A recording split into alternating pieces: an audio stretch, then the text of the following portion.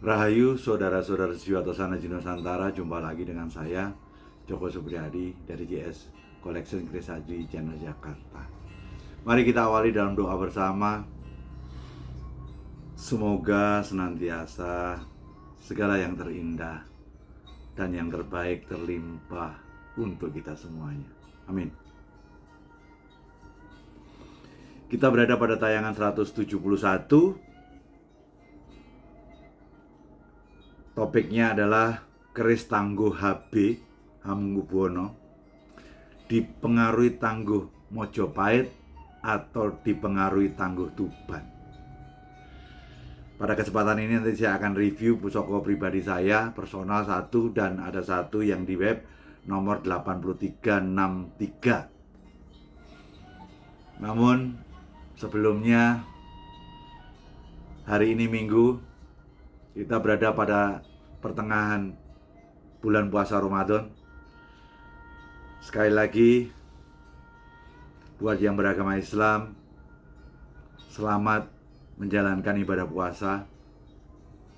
Semoga senantiasa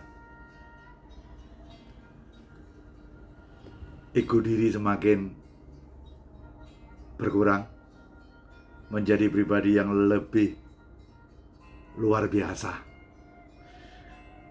Namun pada kesempatan ini juga sama, ini hari Minggu, Minggu Paskah untuk umat Kristiani. Selamat merayakan Paskah. Semoga Paskah kali ini mendatangkan penuh berkah. Baik, kita masuk ke tema kita. Dalam ungkapan keris selalu saya singgung. Mungkin Anda bosan mendengarkan cerita saya kalimat ini. Ya, siapa tahu ada orang baru yang akan mengikutinya. Ini saya ingin coba ungkapkan berulang kali, bahwa sejatinya keris itu bukan senjata untuk membunuh orang lain, tapi dia untuk membunuh diri kita sendiri. Namun yang kita ingin bunuh pada diri kita adalah ego kita. Sehingga semakin lama berkeris, ego diri menjadi semakin turun. Namun, walaupun ego itu kita perangi, ego juga itu juga membantu kita. Membantu kita dalam menangguh era pembuatan Tosanaji. Karena setiap kerajaan demi kerajaan itu punya egonya masing-masing. Mari kita mulai dari Singosari, kita bicara besar kecilnya keris. Singosari secara keris tangguhnya Birowo, besar-besar. Ketika pergeseran kekuasaan ke Mojopahit, ego Mojopahit mengatakan gak perlu besar, kecil-kecil tapi yang nyatriani. Ke Pajang jadi besar lagi. Ke Mataram Senopaten menjadi kecil lagi. Ke Sultan Agung Mataram juga sama, tapi dia lebih Birowo, besar lagi. Yang akhirnya 1755 perjanjian Giyanti memutuskan Mataram dibagi dua antara Surakarta dan Yogyakarta. Nah, dalam perkerisan saya tidak mengatakan Surakarta nyontoh tangguh Singosari, enggak. Surakarta lebih seperti mirip Singosari, besar-besar, gagah-gagah, wibowo. Namun pilihan di Jogja adalah yang nyatriani, karena secara umum orang mengatakan tangguh keris Jogja seperti kayak Mojopahit. Namun sekali lagi ini tidak mutlak ya. Ini hanya kebanyakan saja. Karena keris tetap saja ada yang kelas patrem, ada yang kelas standar, dan ada yang kelas corok besar. Sehingga itu semuanya adalah semacam suatu pemahaman kebanyakan aja.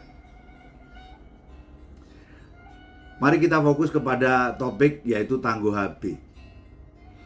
Secara pasikutan tangguh HB itu adalah prasojo dan merabu. Bahasa Indonesianya sederhana tapi berwibawa.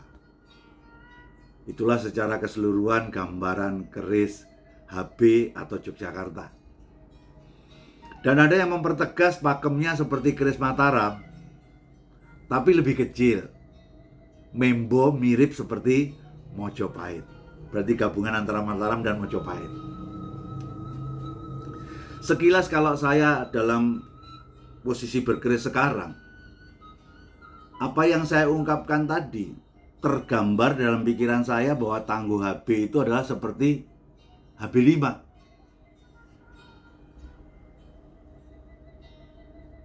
Padahal kenapa persepsi itu akhirnya timbul? Karena ungkapan-ungkapan tadi di atas. Itu juga diperkuat oleh adanya keris utama Yogyakarta Kanjeng Kiai Ageng Kopek Berdapur Jalak Sangu Tumpeng, yang konon itu adalah tinggalannya Sunan Kalijogo. Ya kalau kita lihat kerisnya Sunan Kalijogo, kita tahu Sunan Kalijogo itu adalah berpulang pada tahun 1513. Dia punya ipar Raden Djoko Supo, anaknya Supo Mandragi, eranya berbau-bau Mojopahit, sehingga adalah suatu hal yang wajar.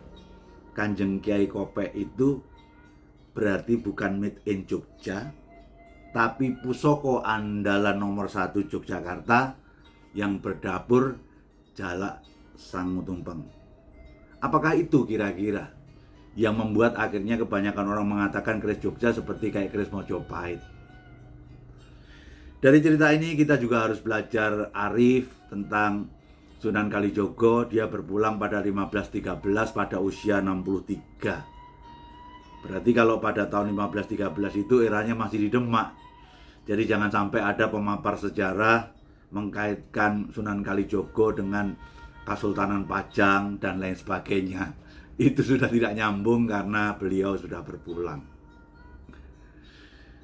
Nah, tapi di lain cerita, dari gambaran tadi memberikan sesuatu gambaran bahwa keris yang namanya HB itu seperti kayak keris Mojopahit. Tapi pada saat karena didukung oleh Kanjeng Kiai Kopek yang memang itu keris kayaknya transisi Mojopahit, mungkin bikinan yasan dari Raden Djoko Supo Putro Supo Mandragi. Namun kalau kita coba lihat pada tangguh-tangguh setelah HB5, HB6, HB7 sedikit lebih besar. Dan bahkan ada pemahaman bagaimana dengan keris-keris HB1, HB sepuh, HB1, 2, dan 3 itu dikategorikan HB sepuh. Kita tahu bahwa HB1 itu adalah Pangeran Mangkubumi yang masih darahnya lebih kuat Mataramnya, walaupun dia sebagai penguasa Yogyakarta. Di situ banyak orang yang mengatakan bahwa keris-keris HB1 itu sifatnya itu adalah wawak. Wawak itu adalah tegap,